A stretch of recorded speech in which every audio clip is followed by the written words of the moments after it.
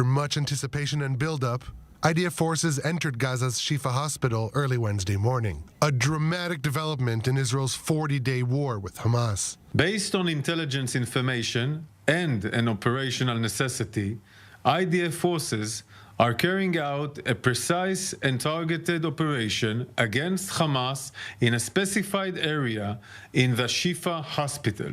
The limited raid began at 2 a.m. local time as dozens of IDF troops began searching inside the hospital, uncovering Hamas weapons, explosives, and assets, the army said. Prior to their entry, the forces came under fire and eliminated at least 5 terrorists. No soldiers were hurt. The IDF forces include medical teams and Arabic speakers who have undergone specified training to prepare for this complex and sensitive environment, with the intent that no harm is caused to the civilians being used by Hamas as human shields. Once inside Gaza's biggest hospital, the forces also delivered incubators for newborns, baby food, and medical supplies to the hospital.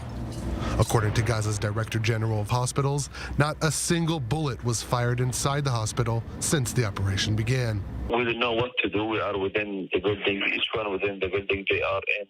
We can't move between the hospital buildings at all, for sure. So we are with each other, with the patients, with the civilians within the hospital. It's totally scary situation. Despite widespread fear from Hamas, some criticism could be heard from inside the hospital in recent days, even in an interview to Qatar's Al Jazeera TV. وبعدين بالنسبه للمقاومه اللي بتيجي بتخبى بين الناس، ليش تخبى بين الناس؟ يروح في جهنم يتخبى.